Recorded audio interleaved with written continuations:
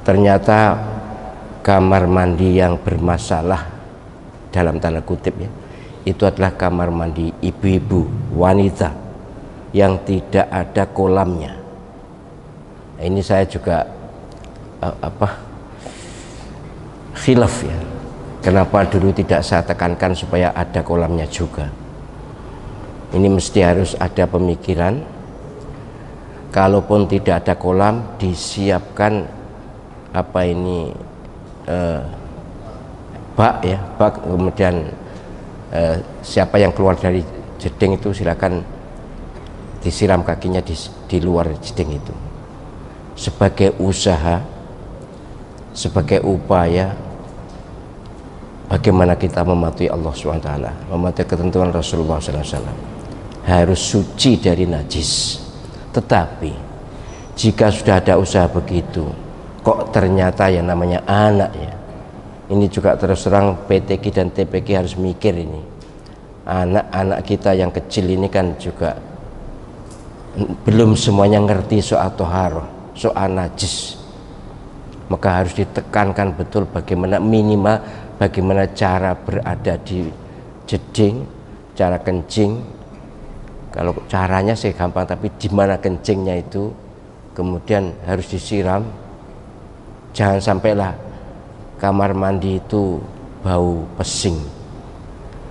Kamar mandi saya, dimanapun ya saya berada, kamar mandi kami itu semuanya suci.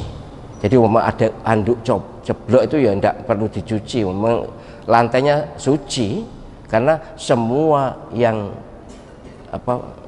kencing, apalagi BAB harus di water closet, harus di kloset sehingga keluar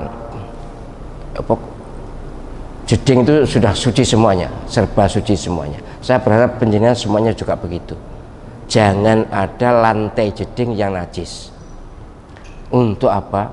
Untuk jaga-jaga, untuk membiasakan bahwa kita ini serba terbiasa suci. Saya juga tidak pernah memakai pakaian najis. Kapanpun, dimanapun siap untuk sholat. Tidak pernah pakaian najis saya pakai. Dan saya berharap menyenang juga melatih diri dan keluarga seperti itu. Biasakan hidup suci. Bahkan kalau para khufat memang sebaiknya suci bukan hanya dari najis tapi dari hadas. Selalu, all time, semua waktu punya wudhu, tapi itu ya tidak mudah ya, harus terbiasa. Saya biasa zuhur sampai isya itu satu wudhu. Tapi ya saya tidak menganjurkan kalau ini berat, ini berat kalau tidak biasa. Tapi sungguh sangat baik. Aura, vibrasi orang yang punya wudhu itu jauh berbeda dengan yang tidak punya wudhu. Sudah saya praktekkan berkali-kali. Ketika dulu saya masih mau menerima klien, ketika sama-sama membaca Fatihah, berwudu dengan tidak berwudu berbeda jauh efeknya. Yang saya ingat betul ya yang dimiringin wetan tuh yang Pak Senan itu. Saya bacakan opoe menter. Saya sadar, oh ya saya tadi belum wudu. Karena batal setelah sholat maghrib, batal. Kemudian wudu, baru Yasin wal Qur'an Hakim, langsung angkat tangan ampun. Itu bukti empiris, tapi teoritis jelas ya. Jelas wudu itu vibrasinya sangat tinggi. Getarannya, ioninya, energi positifnya sangat tinggi. Wudu itu. Ya sebagai orang beriman harus percaya.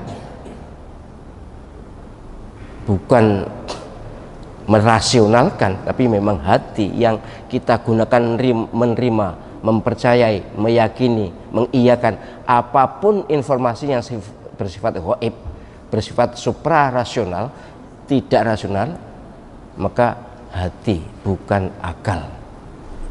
Penjenengan semuanya lebih banyak menerima ini dengan hati.